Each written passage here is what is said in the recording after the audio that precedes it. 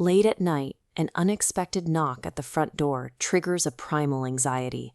It breaks the silence of a house where you are entirely alone, demanding an immediate response to an unknown variable on the other side of the wood. For 15-year-old Sabrina, that isolation was total. Her parents were out of town and not scheduled to return until the following Monday. No guests were expected, and there was no reason for anyone to be on her porch. When she finally approached the door, the interaction bypassed the usual polite inquiries. Before she could process the situation, an unfamiliar male voice called out, addressing Sabrina directly by her first name. The stranger outside knew she was alone. The absence of her parents was supposed to be private, but the man on the porch was actively exploiting it as a vulnerability. The voice delivered a specific, terrifying message. There had been a terrible accident, and Sabrina's father was in the hospital. This illustrates manufactured urgency. Introducing a time-sensitive crisis intentionally bypasses standard cognitive processing, forcing the brain down a panic pathway. This floods the system with adrenaline, leveraging a child's protective instinct, leaving no mental bandwidth before unlatching the deadbolt. The opening phase of the attack relied on the psychological manipulation of a daughter's love for her father to force an immediate, unthinking reaction. Standing at the threshold, Sabrina's hand hovered over the lock. The panic pathway almost worked, but her innate skepticism created a brief pause, and hesitation took over. She executed her first defensive countermeasure. Instead of opening the door, she kept the lock engaged and introduced a deliberate delay by asking, "Who is this?"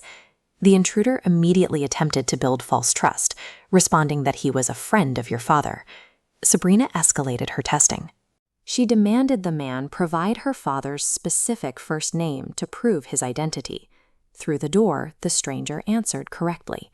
In social engineering attacks, validating a single piece of personal information often causes a victim's remaining defenses to collapse, as the brain interprets one correct detail as validation for the entire story. The physical pressure spiked.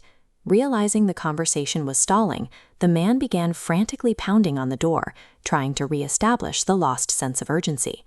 Looking at this communication diagram, we see Sabrina's ultimate defense. She backed away from the door, the compromised channel, and used a secondary channel to call her father. Security professionals call this out-of-band verification. The phone rang and her father answered. He sounded fine.